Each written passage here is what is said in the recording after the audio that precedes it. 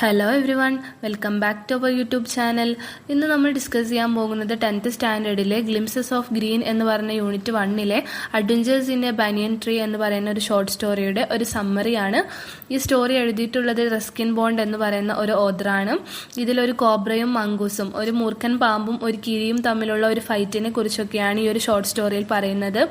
ചെറുപ്പത്തിൽ തന്റെ മുത്തശ്ശന്റെ വീട്ടിലെ പുരാതനമായ ഒരു ആൽമരത്തിന്റെ ചുവട്ടിലിരുന്ന് ഇതിലെ ഓഥറായിട്ടുള്ള ആൾ കണ്ട കാഴ്ചകളുടെ ഒരു വിവരണമാണ് ഈ സ്റ്റോറി.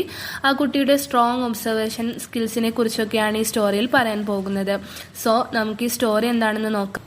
ഈ സ്റ്റോറിയുടെ ഫസ്റ്റ് സെക്ഷനിൽ നമ്മുടെ നറേറ്റർ തന്റെ പൂന്തോട്ടത്തിലെ ഒരു ബാനിയൻ ട്രീ ആൽമരത്തെക്കുറിച്ചാണ് പറയുന്നത്. ആ വൃക്ഷത്തിന്റെ അടിഭാഗം കാണാൻ അതിമനോഹരമായ ഒരു കാഴ്ചയായിരുന്നു എന്നാണ് നറേറ്റർ പറയുന്നത്. തന്റെ ഗ്രാൻഡ് പാരന്റ്സിന്റെ വീട്ടിൽ ഒരു ആൽമരത്തിൽ ഇരിക്കുന്ന ഒരു ചെറിയ കുട്ടിയും ഒരു കോബ്രയും, അതായത് ഒരു മൂർഖനും കീരിയും തമ്മിലുള്ള ഒരു ഫൈറ്റിനെ കുറിച്ച് വിവരിക്കുന്നതാണ് ഈ സ്റ്റോറി. നമ്മുടെ നറേറ്ററായിട്ടുള്ള ഈ കുട്ടി താമസിച്ചിരുന്നത് ഡെറാഡൂണിലായിരുന്നു. അവിടെ ഒരു ഓൾഡ് ബാനിയൻ ട്രീ ആൽമരം ഉണ്ടായിരുന്നു.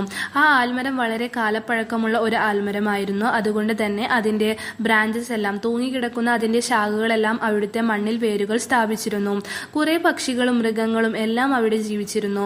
നമ്മുടെ നറേറ്ററിന് ആ മരത്തിൽ കയറുന്നത് ഭയങ്കര ഇഷ്ടമുള്ള ഒരു കാര്യമായിരുന്നു. ആ മരത്തിലെ ഒരു അണ്ണാൻ കുഞ്ഞും നറേറ്ററും പിന്നീട് കൂട്ടുകാരായി മാറി. ആദ്യമൊക്കെ ആ മരത്തിലുണ്ടായിരുന്ന ആനിമൽസിന് ഈ കുട്ടിയെ പേടിയായിരുന്നു. പിന്നീട് അവർക്ക് ഫുഡൊക്കെ കൊടുത്ത്, കേക്കും ബിസ്ക്കറ്റ്സ് ഒക്കെ കൊടുത്ത് ആ കുട്ടി അവരെ ഇണക്കിയെടുത്തു.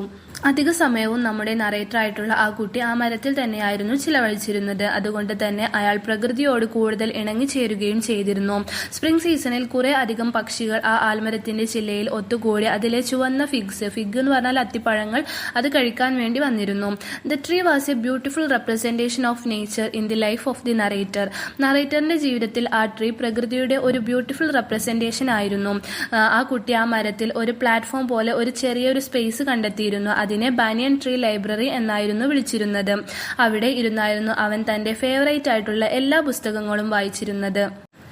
ഒരിക്കൽ അവിടെ നിന്ന് താഴത്തേക്ക് നോക്കിയപ്പോൾ ഒരു മൂർഖൻ പാമ്പും കീരിയും തമ്മിലുള്ള ഒരു ഫൈറ്റ് അവൻ കണ്ടു. ആ ഫൈറ്റിനിടയിൽ ആ പാമ്പ് അതിന്റെ ഒപ്പണന്റ്, എതിരാളിയായിട്ടുള്ള ആളെ കൺഫ്യൂസ് ചെയ്യിപ്പിക്കാൻ വേണ്ടി അതിന്റെ പത്തി വിടർത്തിക്കൊണ്ട് അതിനെ കീഴടക്കാൻ ശ്രമിക്കുന്നുണ്ടായിരുന്നു. പക്ഷേ കീരി ആ സ്നേക്കിന്റെ കുതന്ത്രങ്ങളിലൊന്നും വീണില്ല. കീരി ആ പാമ്പിനെ കബളിപ്പിക്കാൻ വേണ്ടി ഒരു ദിശയിൽ സഞ്ചരിക്കുന്നതായി തോന്നിപ്പിച്ചു. കീരി അതിന്റെ ആക്രമണം തുടങ്ങി. പാമ്പിന്റെ ബാക്കിൽ പല തവണ കീരി കടിച്ചു. അങ്ങനെ അവസാനം ആ പാമ്പ് ചാവുകയാണ് ഉണ്ടായത്. ഒരു കാക്കയും മൈനയും ഇവരുടെ ഫൈറ്റ് നോക്കി നിൽക്കുന്നുണ്ടായിരുന്നു. അവരും ഇവരുടെ ഫൈറ്റിൽ പങ്കുചേർന്നിരുന്നു. എന്നാൽ ആ മൂർഖൻ പാമ്പുമായുള്ള പോരാട്ടത്തിനിടയിൽപ്പെട്ട് കാക്കയ്ക്ക് തന്റെ ജീവൻ നഷ്ടപ്പെടുകയും ചെയ്തു. അങ്ങനെ കീരി ആ ഫൈറ്റ് വിജയിച്ചു എന്നറിയുന്നതിൽ ഗ്രാൻഡ് ഫാദറും ഗ്രാൻഡ് മദറും വളരെയധികം സന്തോഷിച്ചു. കാരണം അവരുടെ വീട്ടിൽ നിന്നും ഗാർഡനിൽ നിന്നും പാമ്പിനെ തുരത്താൻ വളരെ അധികം സഹായകരമായിരുന്നു ആ കീരി എന്ന കാരണത്താൽ അതിനെ അവിടെ വളരാൻ അവർ പ്രോത്സാഹിപ്പിച്ചിരുന്നു.